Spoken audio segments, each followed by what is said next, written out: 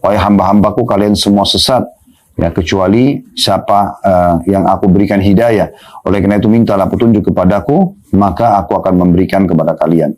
Dan juga kita sudah mengangkat kisah bagaimana Nabi Muhammad SAW sedih sekali pamannya Abu Talib tidak sempat masuk Islam karena memang Allah tidak memberikan hidayah kepada dia. Dan tetap kita harus bersangka baik kepada Allah Azza wa Jalla. Kalau Allah masih belum memberikan petunjuk kepada seseorang, pasti dengan hikmah yang luar biasa. Kehidupan Abu Talib ya, itu sangat luar biasa. Habis umumnya waktunya semenjak Nabi SAW diutus menjadi Nabi sampai dia meninggal dunia, si Abu Talib yang meninggal.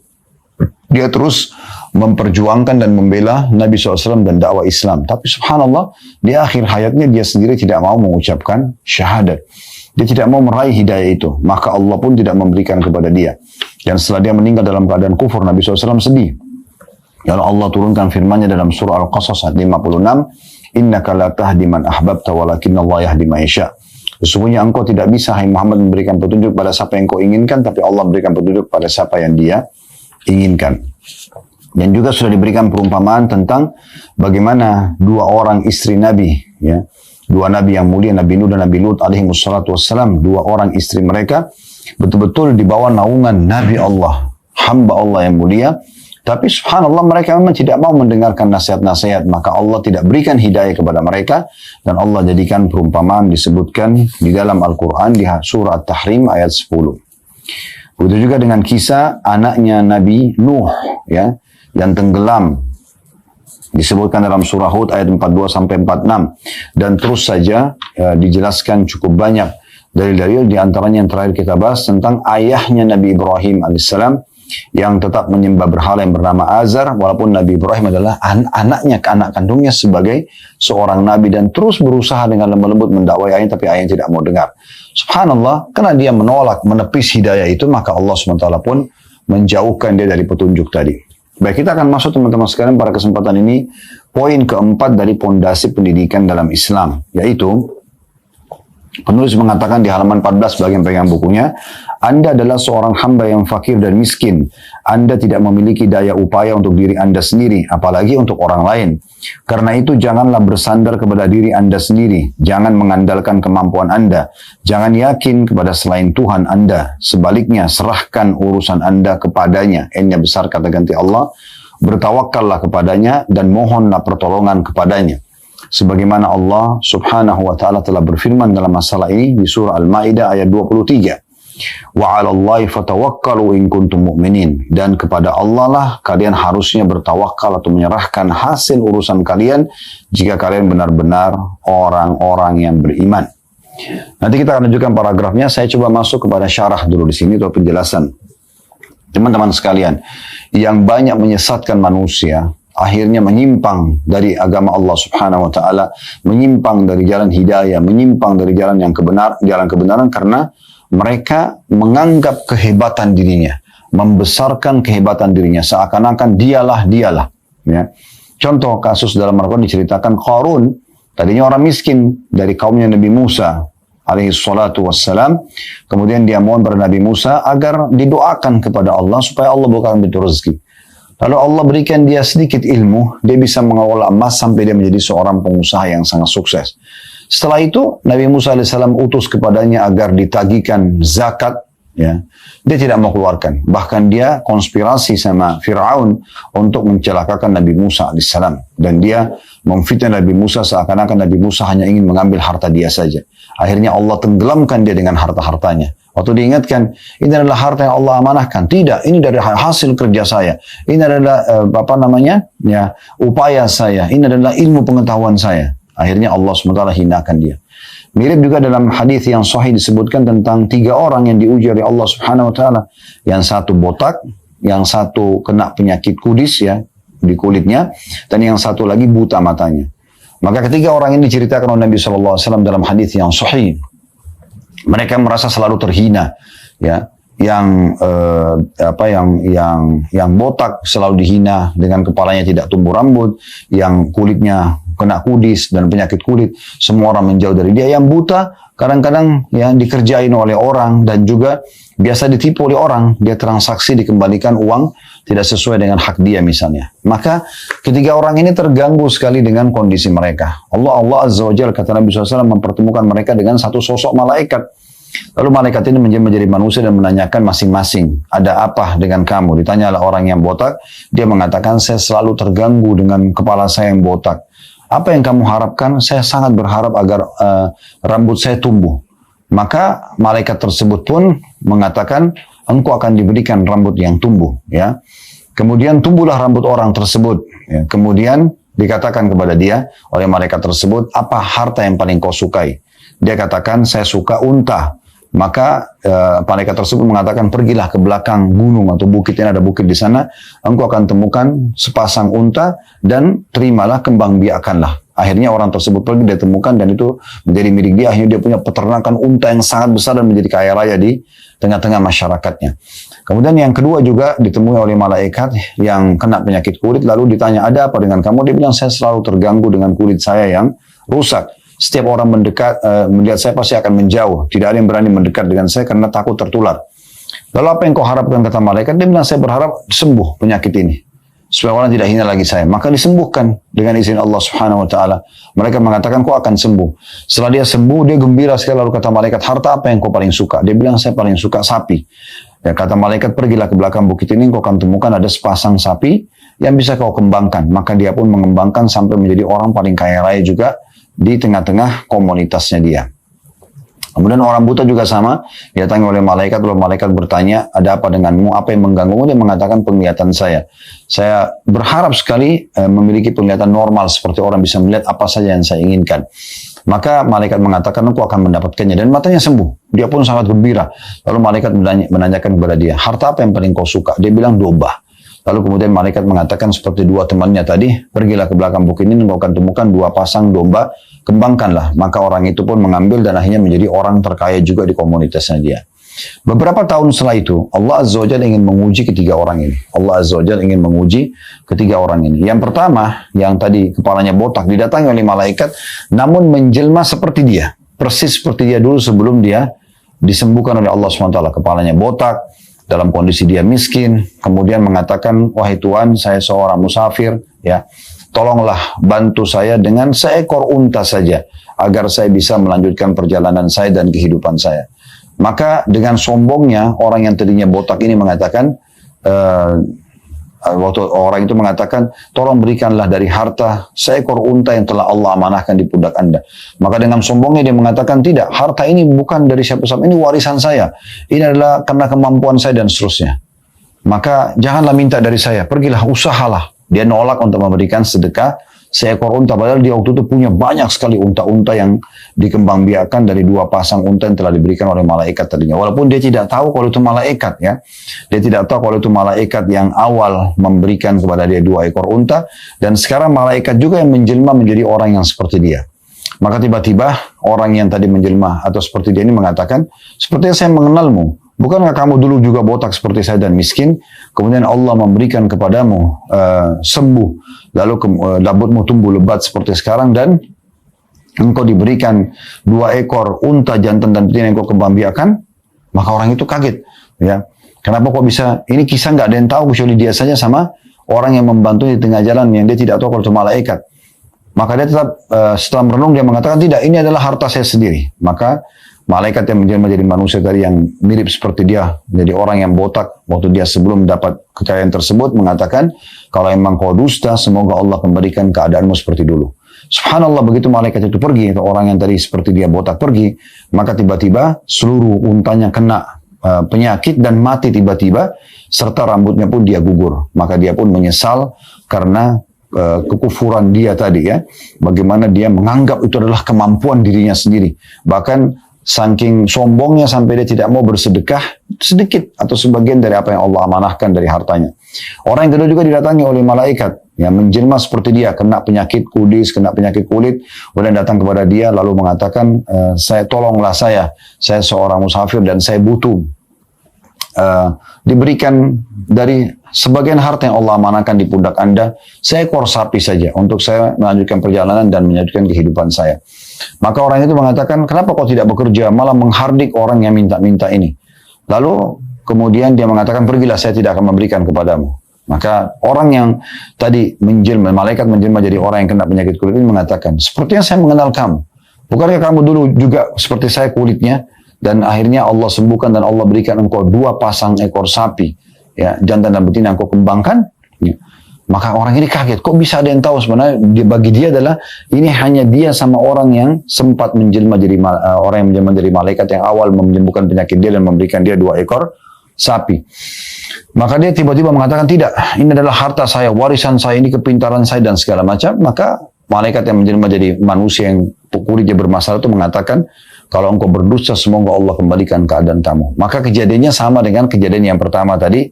Orang yang botak itu, semua hewan ternaknya kena hama, meninggal, mati tiba-tiba. Dan dia pun akhirnya kena penyakit kulit kembali. Dan dia menyesali. Lalu malaikat datang kepada sosok yang ketiga yang tadinya buta, dalam kondisi juga seperti orang buta. Kemudian lalu mengatakan kepada dia, saya seorang musafir, saya butuh seekor unta untuk melanjutkan hidup, seekor domba. Nanti ada orang buta dikasih domba, dia mengatakan seekor domba yang saya butuh untuk kebutuhan saya dan juga melanjutkan hidup saya. Maka orang buta ini unik, dia langsung mengatakan, ambillah saudaraku, berapa ekor pun yang kau inginkan. Lalu kemudian orang ini pun mengatakan, sesungguhnya saya tidak akan ambil, saya tidak akan ambil apa yang saya minta padamu. Saya adalah malaikat yang diperintahkan oleh Allah untuk menguji kalian bertiga. Dan kau telah lulus, sementara 2 temanmu telah celaka karena dia tidak, atau mereka tidak bersyukur kepada Allah. Nah di sini teman-teman sekalian kita bisa lihat sebenarnya tidak ada upaya dari kita. Yang membuat kita lahir di muka bumi ciptakan kita adalah Allah. Yang membuat kita jadi punya orang tua yang mengurus kita dari kecil adalah Allah. Yang membuat ibu kita sayang, ayah kita sayang, itu semua dari Allah. Allah lah yang memudahkan semua rezeki kita. Udara, oksigen yang kita hirup, yang mata yang menangkap bisa cahaya, bisa melihat, telinga yang bisa mendengar, tangan menjamah, kaki melangkah.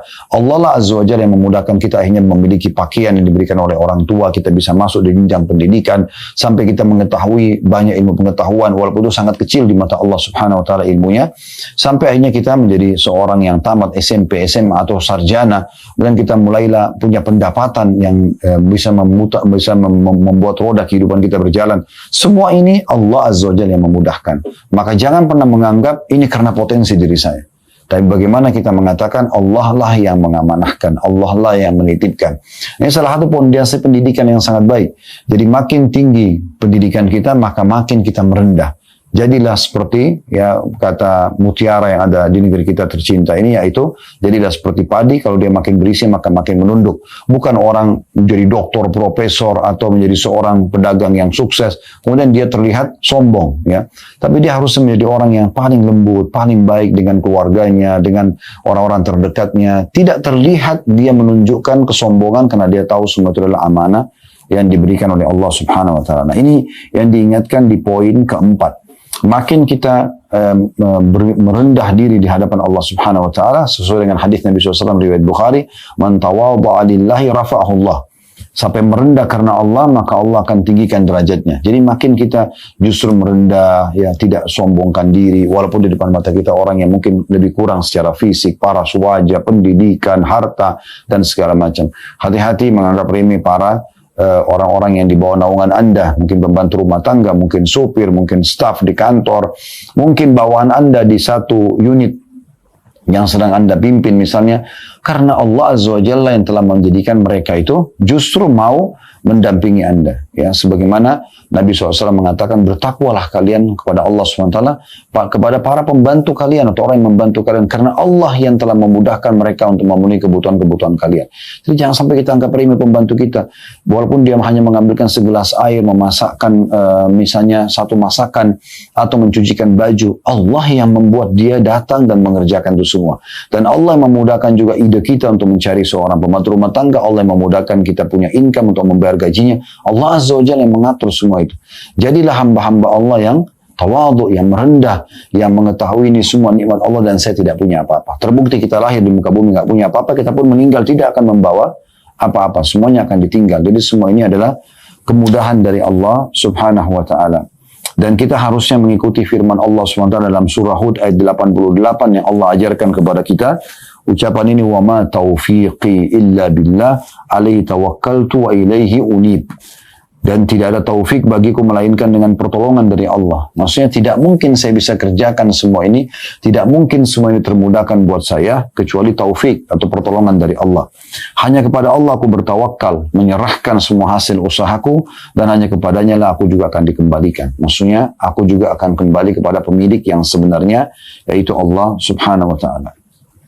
Lalu penulis memberikan kita kiat-kiatnya. Beliau mengatakan, banyak-banyaklah berdoa kepada Allah, berharap kepadanya, bernaung di bawah naungannya, dan merendahkan diri di hadapannya. Jangan pernah berkata, aku cerdik, koma, aku berpengalaman, koma, aku berusaha keras, koma, dan aku pandai. Atau kalimat-kalimat yang semisalnya, ini adalah karena kepintaranku, ini karena kehebatanku, ini karena ketampanan kecantikanku, ini karena, dan itu tidak ada manfaatnya semua kata-kata seperti ini di hadapan Allah SWT. Malah sebaliknya bisa saja Allah hinakan seorang hamba yang selalu berbangga-bangga dengan dirinya sendiri. Dan banyak ulama menulis buku tentang dosa-dosa besar, diantaranya yang kita bahas ya, Imam Az-Zahabi rahimahullah dalam kitab Al-Kabairnya, Syekh Muhammad Munajjid hafizahullah dalam kitab Al-Kabairnya, Syekh Muhammad bin Wahab yang kita sudah lanjutkan atau sedang melanjutkan sekarang bedah buku kitab Al-Kabair itu dosa-dosa besar. Umumnya semua punya bab khusus, bab ujub, berbangga-bangga dan sombong atau kibar terhadap apa yang sedang dia miliki. Apa yang mau dibanggakan? Sehelai kain di badan kita misalnya, atau hanya karena paras wajah dan kulit yang Allah berikan, bukankah Allah tiba-tiba bisa mengubahnya? Atau saja harta, jabatan, rumah, apa saja. Maka jadikan itu dinikmati ya, tapi dengan cara kita harusnya bersyukur kepada Allah dan merendah. Makin Anda mengatakan misalnya, oh ini rumah Anda ya, oh ini rumah yang Allah amanahkan, oh ini kendaraan yang Allah amanahkan, oh ini perkara Allah amanahkan, itu jauh lebih baik. Karena kita selalu kembali kepada Allah Azza wa Jalla. Ini yang dimaksudkan. Beliau mengatakan, saya ulangi lagi, banyak-banyaklah berdoa kepada Allah, berharaplah kepadanya, bernaung di bawah naungannya, dan merendahlah diri di hadapannya. Jangan pernah berkata, aku cerdik, aku berpengalaman, aku berusaha keras, dan aku pandai. Karena dalam segala keadaan Anda membutuhkan Allah. Anda tidak bisa tidak membutuhkannya. Anda tidak memiliki tempat berlari darinya. Demi Allah, seandainya Allah menyerahkan diri Anda kepada diri Anda sendiri sejenak saja, pastilah Anda celaka. Karena dalam keadaan ini, dia menyerahkan Anda kepada kelemahan, keloyoan, ya, kebodohan, dan juga kedunguan. Jadi beliau ingin menitikberatkan poin penting ya. Kalau seandainya Allah Azza wa Jal membiarkan kita mengurus semuanya urusan kita, maka pasti tidak akan bisa selesai. Contoh, kita harus menyortir oksigen yang masuk. Misal contoh, kita membutuhkan oksigen, ya, hirup setiap saat, setiap detik. Kalau kita harus menyortir oksigen tersebut, mana yang ada bakterinya, mana yang enggak, gimana ya waktu kita habis untuk itu. Ya. Itu luar biasa gitu. Dan bagaimana hasil oksigen yang kita masukkan dan dikeluarkan hasil pembakaran dari tubuh kita itu juga harus kita urus sendiri. Kita harus tarik kadar berapa kadarnya yang kita keluarkan dari hasil pembakaran ya dari tubuh kita misalnya. Itu kan luar biasa itu. Begitu juga dengan cahaya masuk di mata. Kalau seandainya kita ngurus sendiri, dari mana kita bisa atur kadar cahaya yang cukup untuk mata kita sehingga kita pantulin dan bisa melihat objek di depan mata kita dan tidak. Misalnya intonasi suara yang sampai kuping kita bisa bedain mana yang buruk, yang keras dan yang mana yang lembut. Sehingga kalau terlalu keras kita tutup kuping kita, kalau terlalu lembut kita malah mengatakan coba ulangi misalnya. Itu Allah Azza wa Jalla yang mengatur semuanya. Tapi kalau tidak, bagaimana kita mengontrol ini? Tidak semudah yang dibayangkan. Untuk maintenance saja, ya, gendang telinga yang sangat kecil itu luar biasa. Anda kalau mungkin berobat ke dokter, biasanya dokter itu sakit apapun, umumnya mengecek kuping. Ya. Saya pernah tanyakan kepada salah satu dokter, kenapa harus kuping yang dicek? Maka jawaban dokter-dokter yang pernah saya tanya ya, mereka mengatakan kalau kuping seseorang itu, ya, di daerah ada urat-urat saraf itu aman, makanya sebenarnya aman orang ini. Tapi kalau ada masalah di situ karena sering dia korek atau ada masalah gendang kupingnya pecah dan segala macam, ini bisa berpengaruh pada semua tubuhnya.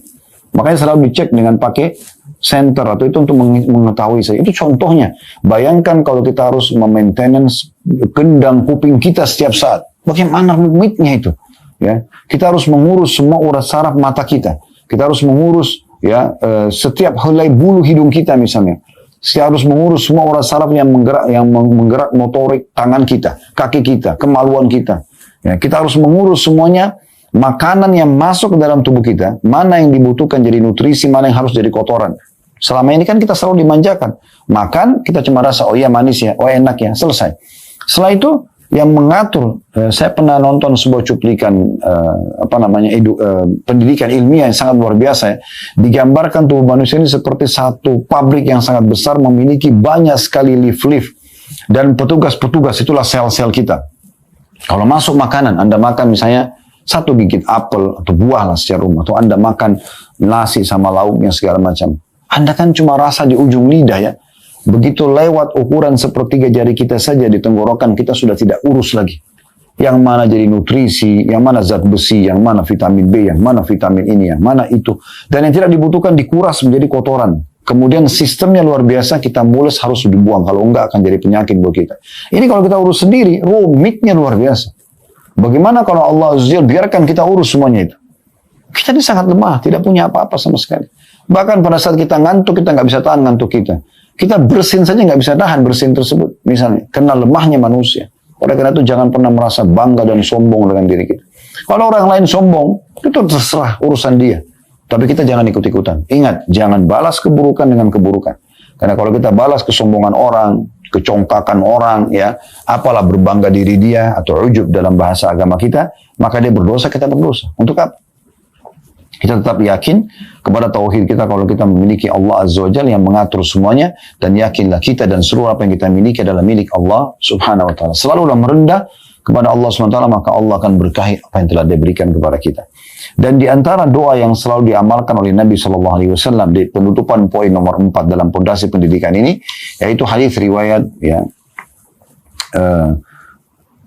dari Anas ya, yang disampaikan oleh Anas bin Malik radhiyallahu anhu, beliau mengatakan Rasulullah SAW bersabda, ya, beliau membaca dalam doanya, ya hayyu ya qayyum birahmatika astaghith aslih li sya'ni kullah wa la takilni ila nafsi tarfata ain. Ini doa yang paling sering diulangi oleh baginda Nabi sallallahu alaihi wasallam, yang artinya, wahai zat yang maha hidup dan senantiasa mengurusi makhluk-makhluknya, dengan rahmatmu aku memohon pertolongan dari kesulitan.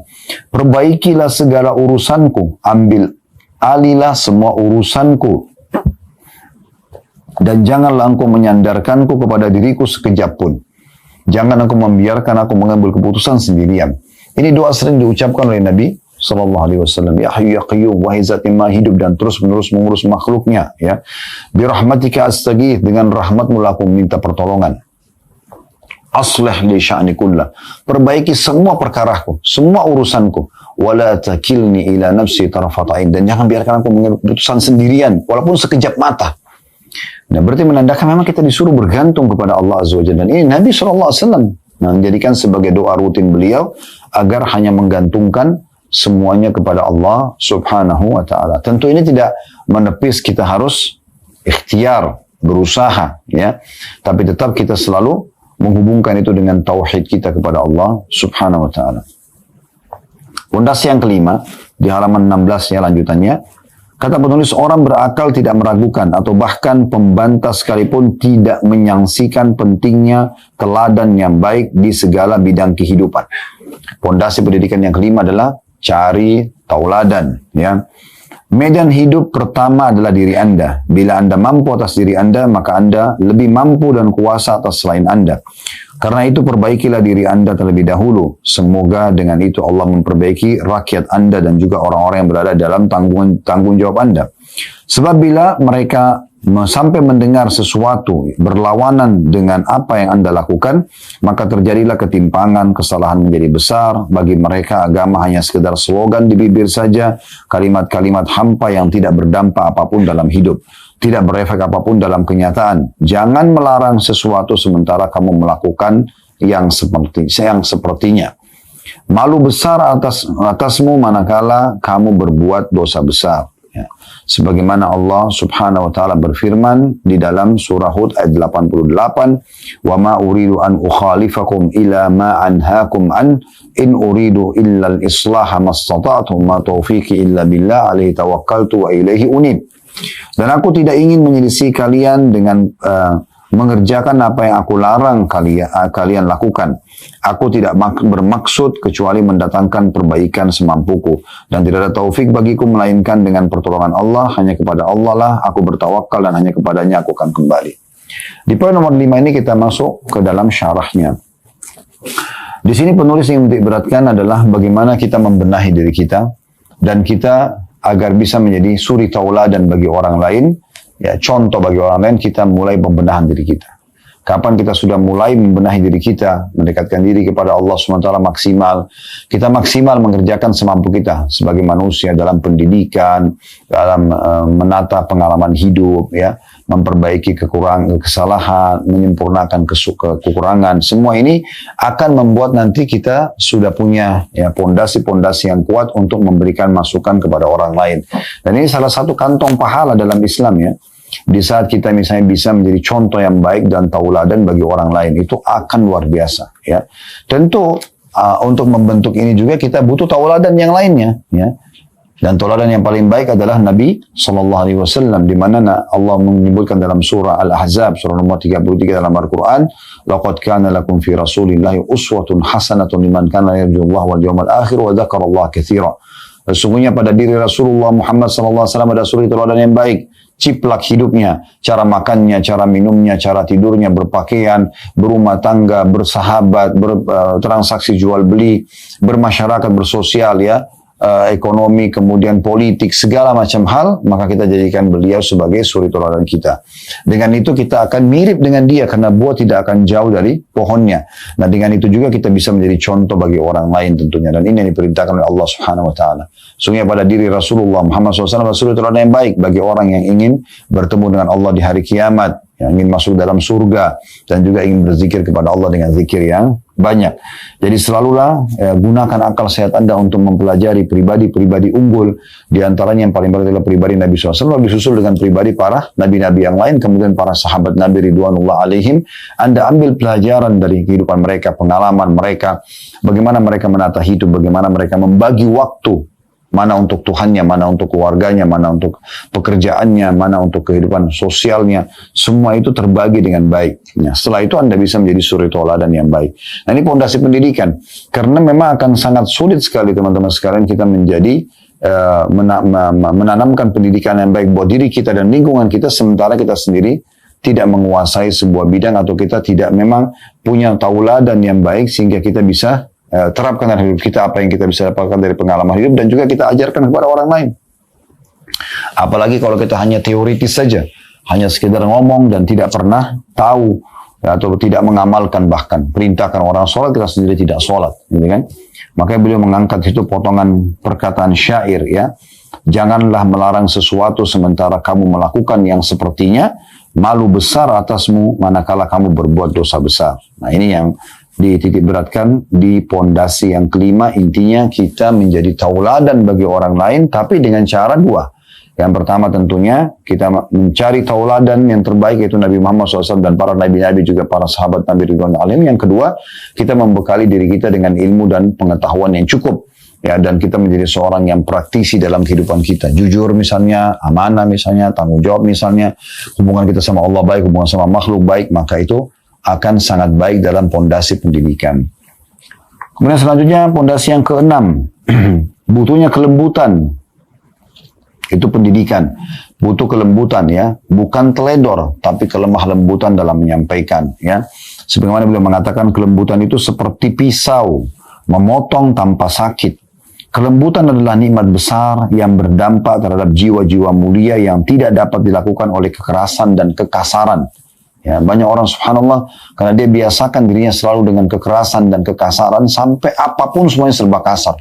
Tutur katanya kasar, tatapan matanya, ya, ucapannya, jamahan tangannya, kakinya, bahkan subhanallah dia dalam mengkonsumsi apapun terlihat kasar. Mungkin hanya makan saja kelihatan ada sifat kekasaran di situ. Ya, ada satu hal yang tidak nyaman untuk disaksikan, ya. begitu juga dengan minumnya, begitu juga dengan berpakaiannya, begitu juga dengan menyetirnya misalnya kalau kendaraan dan segala macam. Tapi ada orang kalau terbiasa dengan kelemah lembutan, dengan kesantunan, dengan keramahan terlihat dalam dia menggunakan pakaian, dalam dia mengkonsumsi makanan, minum minuman, maka mungkin masuk kamar mandi, menutup pintu saja, menggunakan air dengan kapasitas yang cukup dan segala macam. Semua ini terlihat sekali dari kelemah lembutan, dan itu sangat besar manfaatnya, ya.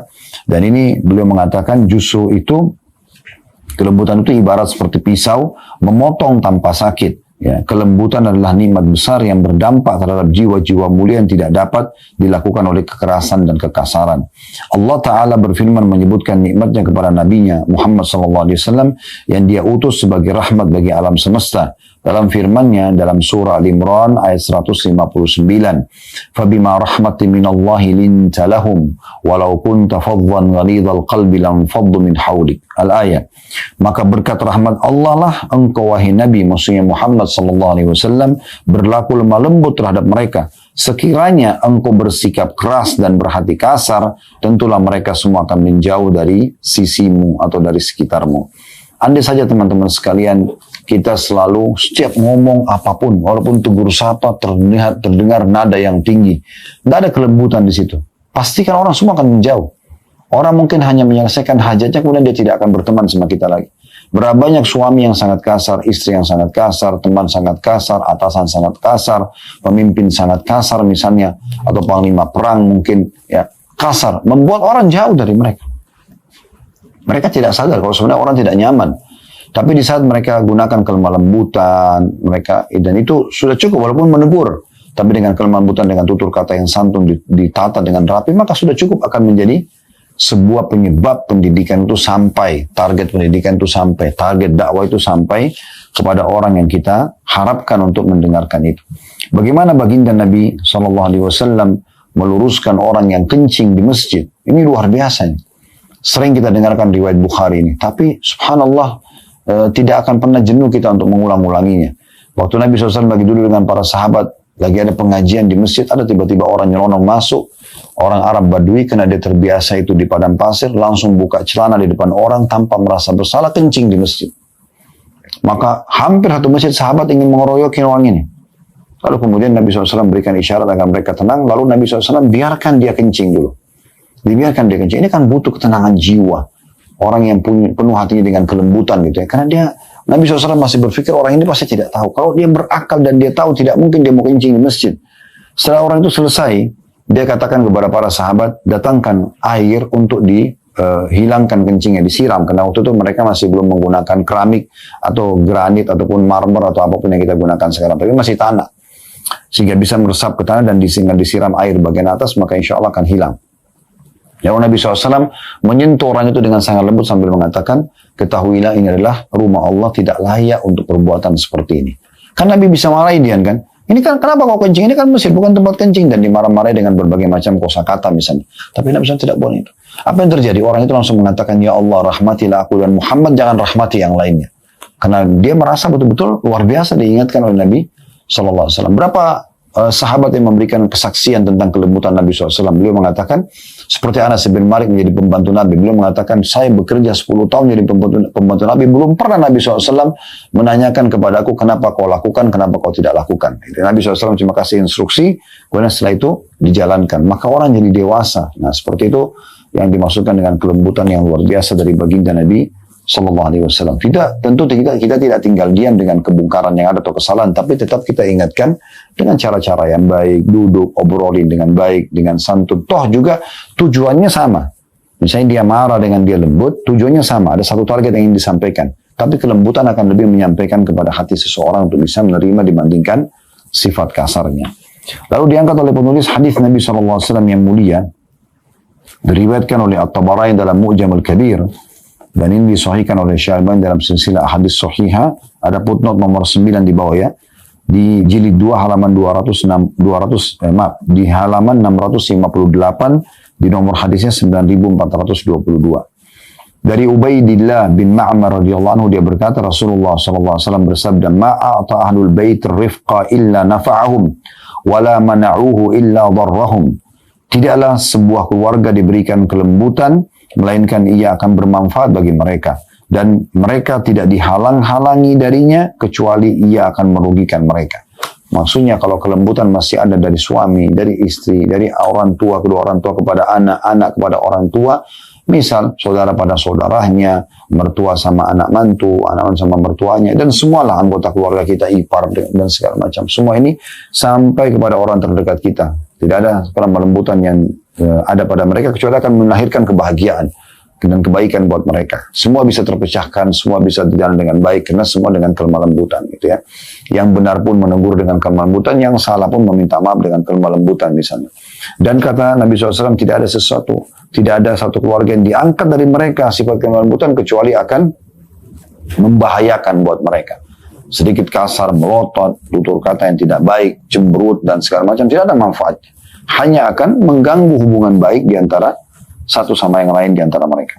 Kemudian diangkat dalil terakhir di poin ke-6 ini adalah hadis Aisyah radhiyallahu anha, mirip dengan sebelumnya tapi beda lafaz saja. Beliau mengatakan bahwasanya Rasulullah sallallahu alaihi wasallam bersabda, "Innar rifqa la yakunu bi syai'in illa zanah, wa la yunza'u min syai'in illa syanah." Sesungguhnya kelembutan tidaklah ada pada sesuatu melainkan ia akan menghiasinya. Semua yang dimulai dengan kelembutan akan menghiasinya. Bukan cuman orang, tutur kata yang santun, lembut, kemudian tatapan mata yang syahdu, jaman tangan yang ramah, semua ini kepada manusia. Benda saja, kalau kita dengan lemah lembut mengambil gelas, mengaduk makanan atau minuman, pasti beda dengan orang tergesa-gesa dan kasar misalnya. Bisa jatuh gelasnya, bisa tumpah, bisa segala macam hal yang tidak baik. Begitu juga dengan hubungan dengan manusia, maka itu akan mengganggu sekali. Makanya kata Nabi SAW, sungguhnya kelembutan itu tidaklah ada pada sesuatu, melainkan ia akan menghiasinya. Dan tidaklah ia dicabut dari sesuatu, melainkan ia akan membuatnya buruk. Hadis ini diriwayatkan oleh Imam Muslim di nomor 2594. Kita masuk teman-teman sekalian ke poin yang selanjutnya, pondasi yang ketujuh. Lapang dada dan tidak tergesa-gesa. Nafas yang panjang dalam mendidik, ya, adalah perkara-perkara yang paling mendasar. Lapang dada bisa memahami dan memberikan ruang dulu bagi kesalahan dan kekeliruan orang lain, tidak buru-buru langsung dadanya sesak karena melihat sedikit pelanggaran saja, tapi dia lapang dada, dia memilih waktu dan tempat yang tepat, tidak tergesa-gesa menilai, dan juga nafas panjang, ya. Dalam arti kata tidak buru-buru di sini. Disilakan nafas panjang itu maksudnya tidak buru-buru ngambil keputusan. Jadi bukan masalah tarik nafas saja, itu cuma terapi biasa. Tapi maksudnya adalah nafas panjang itu adalah dia memberikan waktu yang cukup, ya, untuk dia merenung dulu kemudian baru diambil keputusan. Dalam mendidik semua ini adalah hal yang mendasar. Sebuah rumah yang kemungkaran bersarang di sana selama bertahun-tahun, sifat-sifat yang tercetak dalam jiwa anggotanya sekian tahun lamanya, bukanlah perkara mudah untuk dapat menghilangkannya secara keseluruhan hanya dalam waktu sehari semalam. Dibutuhkan usaha merubah secara bertahap, memulai dengan yang lebih penting, lalu yang penting. Tidak tergesa-gesa ingin melihat hasil. Jalan sepanjang 1000 mil diawali dengan langkah pertama. Siapa yang berjalan di atas jalan yang benar, maka dia akan sampai ke tujuan. Siapa yang rajin mengetuk pintu, maka ia akan dibuka untuknya. Jadi di sini poinnya sebenarnya adalah bagaimana seseorang lapang dada. Ya, ada orang subhanallah, dia sebelum melakukan atau pas mau melakukan kesalahan, dia menyadari lalu dia tinggalkan. Ini kan kita tidak butuh energi banyak untuk ini. Tapi apakah semua manusia sama? Tidak. Manusia berbeda-beda. Ada orang yang mungkin melalui proses dia untuk bisa meninggalkan satu kebiasaan buruknya misalnya, ya. Bagaimana kita rangkul dan tetap kita lapang dada bisa menerima itu. Sambil kita terus menasehatin, terus mendoakan, terus memberikan masukan. Ini bicara masalah pondasi pendidikan, ya. Kalau kita ingin menyampaikan sebuah pesan pendidikan pada seseorang, ya. Sehingga ini kita harus berlapang dada. Tidak bisa spontanitas. Mungkin ada di antara kita diuji dengan anaknya belum mau mendengarkan dia misalnya, ya. Lalu dia harus bagaimana? Dia lapang dada. Dia cari waktu yang tepat, ya. Kemudian kondisi yang pas, sikonnya yang pas. Kemudian dia menyampaikan sambil juga misalnya dia ikutkan dengan beberapa metode-metode yang lain. Menyisipkan hadiah, ya, kalau dia mau mendengarkan misalnya. Kalau dengarin umi atau ibu atau ayah misalnya, atau apalah dipanggil misalnya ayahnya, ya, maka akan begini dan begitu, akan dikasih ini untuk menarik perhatian dan juga keinginan besar dia untuk belajar misalnya. Contoh, itu kan butuh lapang dada. Anak ini sudah salah, masa harus dikasih hadiah sih misal contoh. Atau bawahan atau atasan atau semua ini semua membutuhkan hal yang sama. Dan semua butuh tahapan. Tidak bisa spontanitas semua diubah dalam seketika begitu saja. Ya, ini juga termasuk pondasi dasar yang harus sekali diperhatikan tentunya ya. Baik, kemudian kita akan masuk di poin yang terakhir teman-teman sekalian pada siang ini, yaitu poin ke-8, pondasi ke-8 ya. Kita akan lanjutkan insya Allah yang sisanya, yang ke-9 dan seterusnya di pertemuan akan datang ya. Karena ini masih ada sampai poin ke-13 ya. Di poin ke-8 ini teman-teman sekalian, jangan terlambat dalam mendidik dan menundanya dari waktunya kecuali karena alasan syar'i atau kemaslahatan yang pasti. Karena diri manusia harus dididik sejak hari pertama yang dengan itu ia melihat hakikat dan mengenal rambu-rambu jalan kehidupan. Istri mulai dididik sejak dia memasukkan kakinya ke rumah suaminya. Anak-anak dididik sejak hari pertama di mana mereka dilahirkan oleh para ibu mereka dengan tangisan mereka yang melengking. Jangan heran, anak yang menyusu, yang biasa menangis agar keinginannya dipenuhi, maka tangisan akan tercetak dalam benaknya dan tertanam dalam jiwanya. Maka sesudah itu menangis dan meratap akan menjadi senjatanya. Baik, kita mulai dari paragraf yang terakhir ya, untuk menjelaskan masalah, dan ini menarik sekali ya.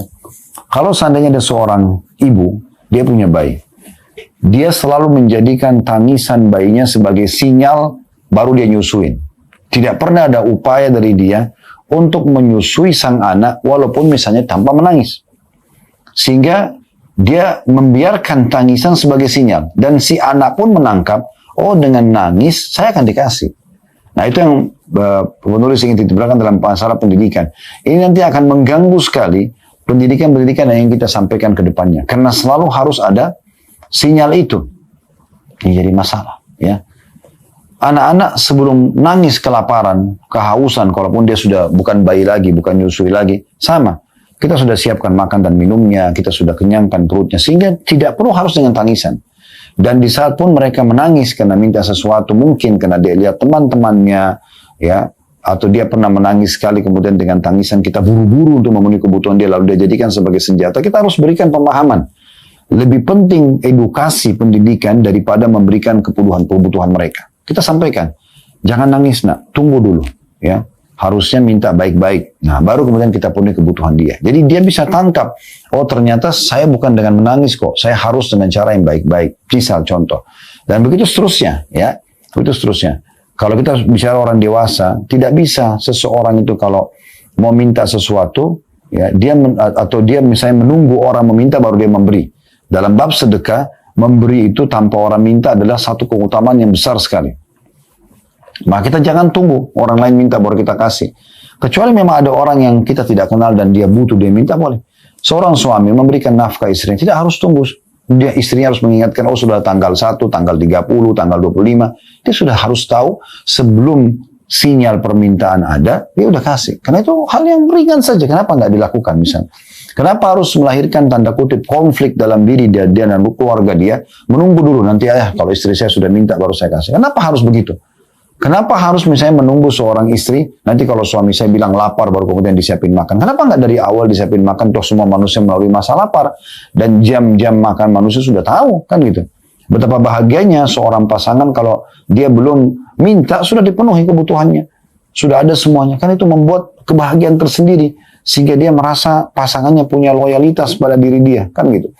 Nah ini poin yang penting untuk kita garis bawahi. Dan ini berlaku dalam semua lini kehidupan kita. Ya, bagaimana kita teman-teman sekalian terlebih dahulu menunjukkan ya loyalitas dan loyalitas kita kepada orang, maka akan terjadi feedback atau balasan yang sama. Nah ini penting untuk digaris bawahi tentunya ya.